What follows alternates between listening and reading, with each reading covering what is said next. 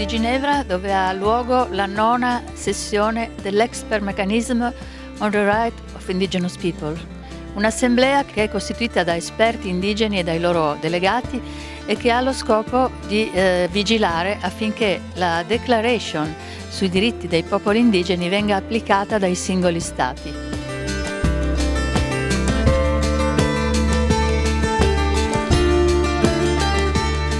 La Ecospirituality Foundation anche quest'anno partecipa in rappresentanza di 5 nazioni indigene di tutti i continenti e porta all'attenzione dell'ONU la realtà dei nativi europei.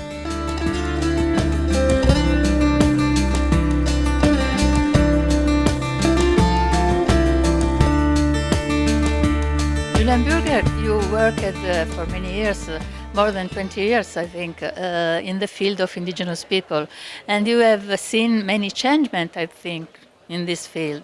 Yes, definitely. I began working here for the United Nations in 1989. I stopped working in 2011, so during that time I was involved pretty well all my career with the indigenous people. And I also came into the first meetings on indigenous peoples back in the 1980s. So I was representing a non-governmental organization at the time. So yeah, I followed it very closely. And from an international point of view, from the point of view of the United Nations, there's been fantastic progress, because when we first talked about indigenous peoples in the 1980s, even the 1990s, most governments were closed to discussing it, knew very little about the subject.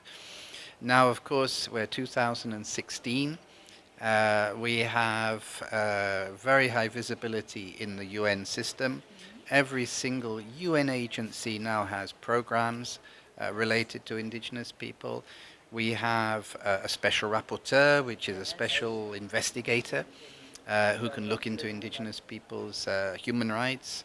We have something called the Permanent Forum on Indigenous Issues, which is a body composed of 16 experts, most of whom are indigenous experts.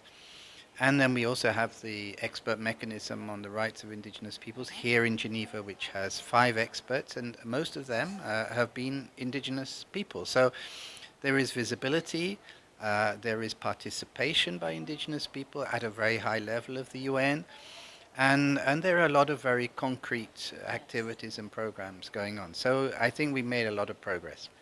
Chief Littlechild, your impression about this session of the expert mechanism?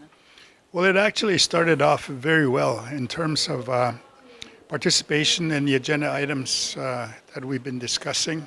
There's been good dialogue, I think, with state delegations and also indigenous people's representatives. And there'll be some, of course, suggestions on how to move forward in a good way for both indigenous and state delegations to try and develop better relationships. So it has been pretty good. Kenneth, dear, your impression about this session of expert mechanism? I think this was a very good session. There's a lot of excitement about the idea of getting an expanded mandate for the mechanism. So there was a lot of discussion during the meeting and outside the meeting with other states and also with indigenous peoples. We're excited of the possibility that the expert mechanism can be more functional in getting the Declaration of the Rights of Indigenous Peoples implemented at the country level. This was the past, but now, in the present, you are still involved in this field. Yeah, I'm involved in 2 ways, because I'm a university teacher, so I teach human rights to postgraduate students in United Kingdom, and actually also in Spain. And I also give courses in particular about indigenous people's rights, minority rights, discrimination, and so on. So I keep in touch with what's happening, and I hope I transmit that to the students. But I'm now free to take up certain kind of investigations and human rights investigations, and I've been doing so quite often over the last 2 or 3 years. The European Parliament asked me to do a study on the impact of extractive companies on indigenous peoples and human rights because of the discussions they're having generally on business and human rights, and so I prepared a special study for them.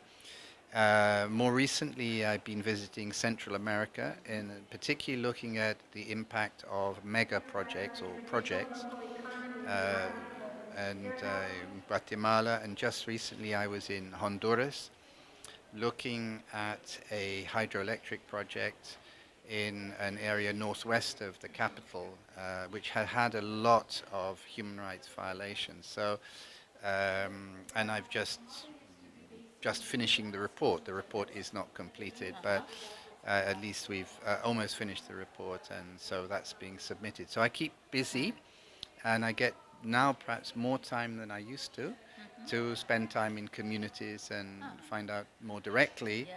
And actually now I'm free to say what I think, whereas before in the United Nations we had to be careful to not commit the institution to a political or point of view. In the last 30 years, many things are changed for indigenous people. Are you satisfied? Well, we're never satisfied. You know, we are satisfied is not would not apply. There has been progress. So you know, since in 30 years ago when I first came here, there was only one working group, the working group on indigenous populations. That was the only avenue we had that's specific about indigenous people. So since in the last 30 years, that has multiplied many times. There's all kinds of avenues now, all kinds of arenas where indigenous people's rights are being discussed, and indigenous people have to be in all of those arenas, and there's many. In these years, which are the best, the most important resolutions that we have done in this session, in these sessions? Well, I think that for me, for the last 6 years that I've been a member, we've made some very important studies over the years as requested by the Human Rights Council. For me, I think the most important one we've done is on the right to participate in decision-making by indigenous peoples with the focus on extractive industries. I think that was a very often heard about complaints by indigenous delegations was what was going on in their community with extractive industries, whether it was mining or oil and gas production or hydro. There's been a lot of violations of rights in that area. So we did a study and we offered some advice to states and indigenous peoples and to private industry, human rights organizations. And there's been some good follow-up from that report. So that for me was not only important to do the study on a difficult area, but to get results. But all of them have been meaningful, but for me I think that stands out in my mind. Qual è il ruolo della Ecospirituality Foundation in questo contesto? In questo contesto la Ecospirituality Foundation con la sua presenza vuole ricordare che tutti i popoli naturali, i popoli indigeni, possiedono una loro tradizione, una loro spiritualità che non va assolutamente dimenticata a fronte dei nuovi oggetti di conversazione di questa sala. What is the reason why you are here in the expert mechanism? I came here to speak about our community, to raise our voices, especially to internationalize the the problems that indigenous peoples of Nepal is facing. So one of the aim to come here is that, you know, in order to raise our voices, right, and internationalize the voices of indigenous peoples of the grassroots. And your organization, which kind of work make? I am the chairperson of Indigenous Media Foundations, and this is an organization of indigenous journalists. We have come together so that we could set up some sort of radios, televisions, and we could create some sort of platform for other community members come together and have their voices. So we have been working for last couple of years, We have a community radios in Nepal. We have recently set up a community television, and we are trying our best to to provide a platform for indigenous peoples to have their say through these different medias. You are a journalist, and your work, how can help the mission, your mission about the indigenous people? Well, being a journalist, you can, first of all, you inform your own people about what's going on. You were able to communicate what's going on, trying to make complicated issues, write them in a way that everybody can understand. So that's a very important role. And also, as a journalist, we can also impact the mainstream media, and so the mainstream media can be informed about what's going on here, and we better educate them on the real situation that indigenous peoples face. Perché è importante ricordare anche i nativi europei in questo ambito? Perché i nativi europei esistono, hanno una loro cultura, hanno una loro tradizione, e siccome non si distinguono dagli abitanti normali dell'Europa, ordinari direi, come altri popoli naturali, che i loro costumi, con le loro particolari anche sembianze, però i nativi europei hanno una loro cultura molto marcata che ha rivoluzionato anche tutta l'Europa dall'illuminismo in poi. Your personal experience with indigenous people is how have you keep from this experience? Well, what have I learnt? Well, I have a project now. Maybe even you would be like to be a part of it. I hope you would, and your colleagues. I have a project which I'd like to get off the ground, which is to create a exhibition, a digital exhibition about the contemporary situation of the world's indigenous peoples. And I say that because I feel that many people in the general public don't really know how indigenous people live, what they're trying to do, and so on. In particular, I think they don't really see indigenous peoples as part of the present. I think the public see them as, kind of living in still a traditional way, but not really as a 21st century people. How is the situation of the indigenous people in Nepal? The situations, if you see, the government of Nepal has recently adopted a new constitution. It was adopted only in September 2015, right? And the constitution of Nepal has denied to ensure the rights of indigenous peoples, right?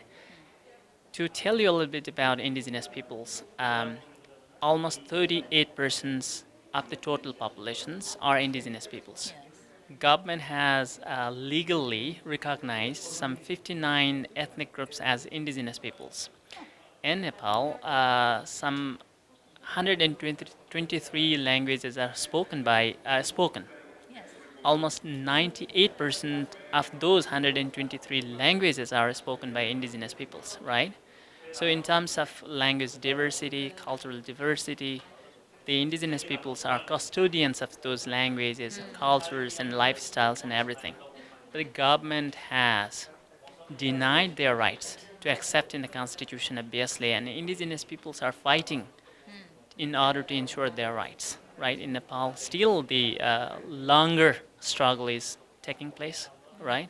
In terms of identity, in terms of the rights, everything else. But more than this, one of the issues that I raised in the IMBRIP is that the development aggression made by the multilateral corporations or the international corporation, for instance, World Bank, Asian Development Bank, the donor agencies which funded to the government to set up some sort of hydropower or in the name of development. Those business enterprises have violated the indigenous people's right to land, their territories, natural resources. The international legal framework, those legal frameworks ensure that they conduct that sort of development works with consultation with the indigenous peoples, right? But those international corporations have been conducting that sort of works without consulting or without taking consent from those concerned communities, so that their rights have been violated. So one of our voices was to help. I mean, to for the in-brief to order to the government, right, to urge government to conduct this sort of activities with the consultations or that sort of things. Why are you here in this expert mechanism, and which is your goal to stay here? I am here to represent an indigenous group of Mexico to defend their rights, and also to meet other people of indigenous groups who have worked with me previously for the rights of Mother Earth, because the two go together. Which is next step for the fight of the rights of indigenous peoples? Wow, there are many areas, but of course the main one is to implement the Declaration on the Rights of Indigenous Peoples, because there's so many rights that are in there. It doesn't have all our rights, but it has the bulk of it, and so just to get states to implement it, to get states to refer to it in UN documents, and so that the declaration gets a higher profile. And like for instance, the government of Canada recently announced that they are going to implement the declaration in Canada. So that's very significant. So if Canada can do a good job of implementing the declaration, it'll impact other states to say, hey, if Canada can do it, then we can do it too. So those are very positive developments. And so that's the key goal here. The big goal here is to get our rights implemented, whatever those rights are, and implement it in a way that we see that'll have an impact on our people. Nepal has very ancient traditions. How you transmit these traditions to the young people? In Nepal, obviously, for instance, I'm young. Still, I feel that I'm still young. My forefathers taught me. Obviously, indigenous peoples are world community. We do not have a written forms, and we have been translating or transferring everything, our indigenous knowledges, languages, and the ways of living, our system, everything, through the world, orally, or taking young or even a kid together in every festivals or every social gatherings, teaching them the ways of living, ways of speaking, ways of cooking, ways of wearing, everything else, so that we have a kind of social mingling together, so that we have been transferring every knowledge to the younger kids. For instance, my forefathers taught me. I'm teaching my friends, even my children, or those sort of kids, right? We are taking together in every social activities. Mother Earth is very important, and we hope that United Nations can adopt the declaration. You are going to start a petition. You have already started a petition. Can you explain? We started a petition towards the Earth Summit in Rio 2012, Rio Plus 20, because we wanted to give a tool to people to be the voice for Mother Earth at the Earth Summit, and ask the UN to adopt the Universal Declaration of Rights of Mother Earth that came out of the People's Conference in Cochabamba in 2010. Yes, it's very important, and the Ecospirituality Foundation and the Rights of Mother Earth now collaborate for the same goal. That's great, thank you. And also for animals, I think. Absolutely. Animals are living beings. What we are asking for is for the United Nations and all nations to acknowledge nature as a living being as well, deserving rights, just like we have human rights, and include nature in the legal structures so that she can be represented, but also as having rights of her own and not being seen as a commodity only to serve the economy. You think that this work of the United Nations for Indigenous people can help also the indigenous people of Nepal? Yes, obviously, Nepal is one of the members of the United Nations, and the indigenous peoples are obviously, Nepal has obligations. Nepal has ratified a lot of conventions, a number of conventions. In relation to indigenous peoples, it has voted yes to UNDRIP, United Nations Declaration on the Rights of Indigenous Peoples, ILO Convention 169, so that Nepal government has obligations to ensure the indigenous people's right. And the question is whether this sort of UN event helps to ensure their rights or not. Obviously, when we come here and we raise our voice directly with the United Nations systems or independent experts, and through the independent experts, our special rapporteurs, we are raising our voices, and through them, we are forcing our government to ensure our rights, right? So we have been, we are having direct negotiation with the government, but government has ignored, so that we are taking, we are requesting our help with the United Nations systems to help us. So in this way, we are getting help through this sort of United Nations mechanism to ensure our rights back home. Which is the next step for you? Well, for me personally, I'm not sure because I'm finished with my term here. But with the mechanism, of course, it's being reviewed right now with the idea of expanding the mandate. There's some very good suggestions on how to improve the MRIP's work, again, to assist states and indigenous people. So that's being discussed right now. There may be more members on the mechanism, more resources for the mechanism. And if that happens, it will improve the opportunity for states and indigenous peoples to continue dialogue. Because that's oftentimes also difficulty with conflict. There's less chance of having a dialogue. But I think with more resources, we'll be able to encourage that.